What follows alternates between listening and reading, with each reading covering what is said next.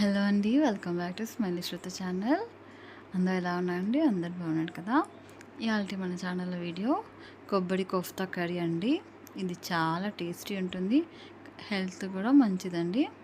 మంచి పోషకాలన్నీ ఉంటాయి దీంట్లో. ఇప్పుడు ఇది ఎలా చేయాలో చూద్దామండి. మనకి కొబ్బరి, తాజా కొబ్బరి అయినా లేకపోతే కొంచెం ముదురు కొబ్బరి అయినా, కప్పుకి ఒక కప్పు పుదీనా, ఒక 2-3 రెమ్మల కరివేపాకు, 4-5 పచ్చిమిర్చి, కొంచెం కొత్తిమీర.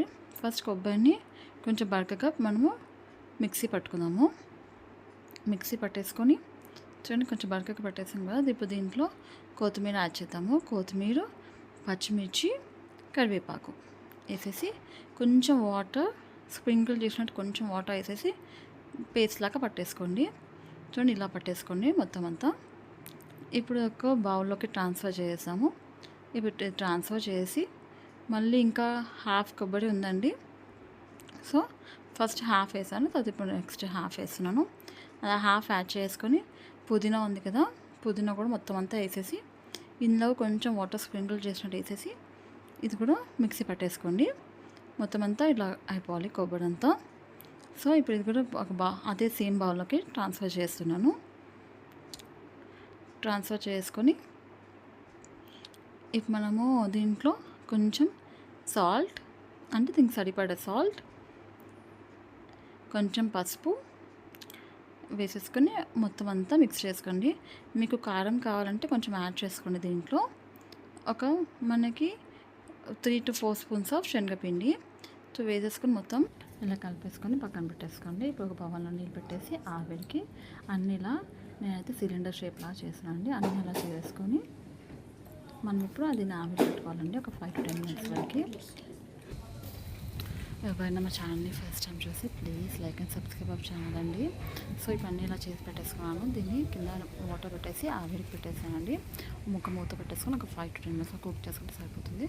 చూడండి, 10 మినిట్స్ అయిపోయింది. సో కుక్ అయిపోయింది. దీన్ని ఆయిల్ పెట్టేసి వేడి చేసుకుంటున్నాను. ఆయిల్ వేడే లోపల ఇవన్నిటిని మంచి స్ట్రేప్ లాగా చేస్తున్నాను అండి. మనకు కొంచెం విడిగిపోయినట్టు వచ్చాయి కదా, సో మంచిగా అన్నీ మొత్తం కట్టేసుకుంటున్నాను అండి. సో అన్నీ కట్టేసుకొని నాకు మంచి హెల్త్ రెసిపీ అండి. సో మనం దీంట్లో పుదీనా, కొత్తిమీర అన్నీ యాడ్ చేస్తాం కాబట్టి సో మంచి హెల్తీ రెసిపీ అండి. సో ఎవరైనా ఇంట్లో కర్రీస్తో బోర్ కొట్టినప్పుడు సో ఇంట్లో కొబ్బరి అవైలబుల్ ఉంటే మీరు ఇలా చేసేసుకోండి, చాలా మంచిగా ఉంటుంది టేస్ట్ అయితే. సో అన్నీ కట్టేసుకొని ఇప్పుడు ఆయిల్ అయితే వేడైపోయిందండి.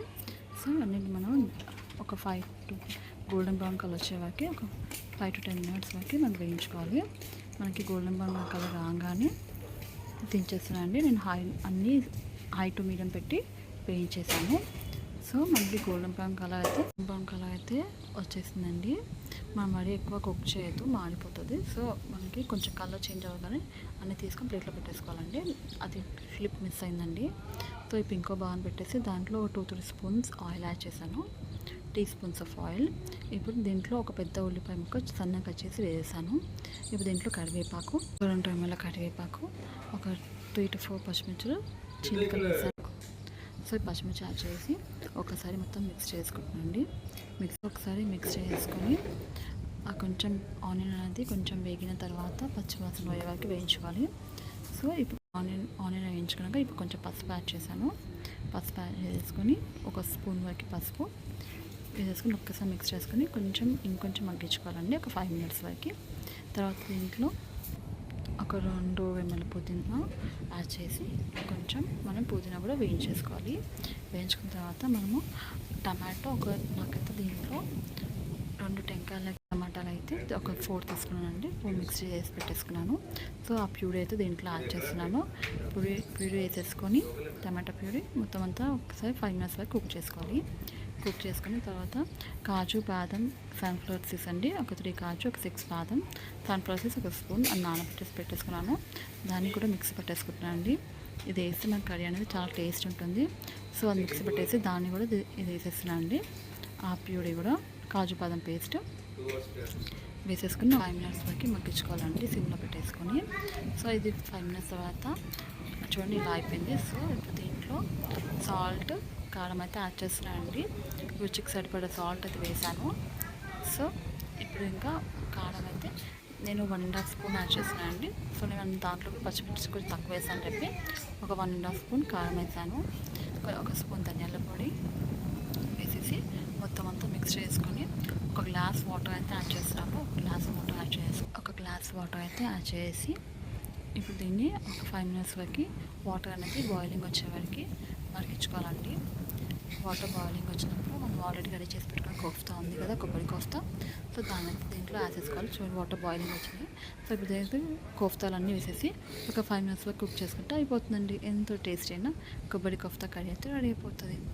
మీకు నచ్చిందా? మీకు నచ్చితే మీరు ఒకసారి ట్రై చేసి చూడండి. చాలా బాగుంటుందండి రెసిపీ అయితే. అన్నంలోకి చపాతీలోకి సూపర్ ఉంటుందండి. మీకు నచ్చితే ఒకసారి ట్రై చేయండి. Thank you for watching.